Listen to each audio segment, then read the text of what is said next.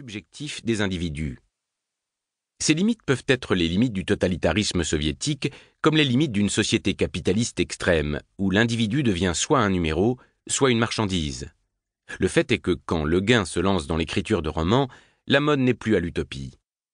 Mais la romancière américaine ne va pas produire une dystopie ou contre-utopie. Elle préfère parler d'utopie ambiguë pour désigner son texte. Mais de quelle ambiguïté est-il question dans Les Dépossédés ? Pour le savoir, il faut revenir à la genèse de ce roman. L'écriture des Dépossédés a d'abord pris la forme d'une nouvelle, assez médiocre selon le propre mot d'Ursula K. Le Guin. Cette première ébauche n'a pas cependant détourné Le Guin de ce projet d'écriture, tant elle avait la certitude qu'il y avait, dans ses premières pages, le germe d'une histoire intéressante. Mais elle n'y est revenue qu'après 2 nécessaires détours. Tout d'abord, Le Guin est resté comme étonné par sa propre opposition à l'intervention de son pays au Vietnam, comme intrigué par son incapacité à passer, par lassitude ou impuissance, à une autre cause, dont le succès semblerait moins improbable. En effet, au début des années 1970, les États-Unis semblent enlisés et déterminés à davantage encore s'enliser dans cette guerre. Pour Le Guin, la violence éclatante et l'impérialisme sans complexe de cette aventure militaire américaine ne passaient pas. Ensuite, le deuxième détour, provoqué par le premier, fut un long cycle de lecture. Après tout, les grands écrivains sont avant tout de grands et fins lecteurs, et l'œuvre de Le Guin contient de nombreux comptes rendus de lecture, d'études sur les autrices et auteurs qui l'ont passionnée. Ainsi donc, elle entreprend une série de lectures sur le pacifisme, puis les utopies. Très vite, elle lit Gandhi, 1869-1948, le père de l'Inde libre, Paul Goodman, 1911-1972, un écrivain et penseur anarchiste américain, et enfin Pierre Kropotkin, 1842-1921, le théoricien russe de l'anarcho-communisme.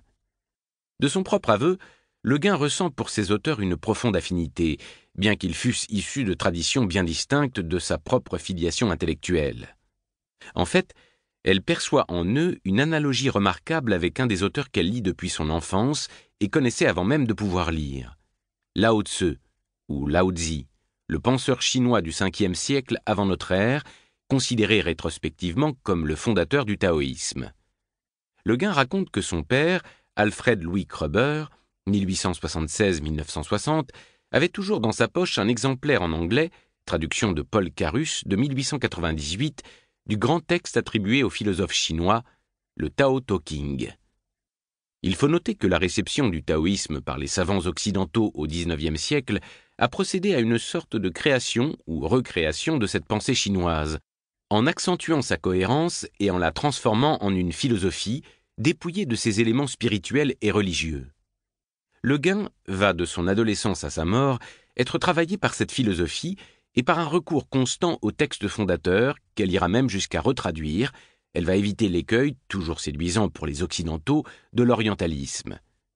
Se définissant comme inconstamment taoïste et constamment non chrétienne, elle va redonner à ce courant intellectuel son universalisme et sa puissance politique qui procède d'une compréhension fine de la psychologie humaine.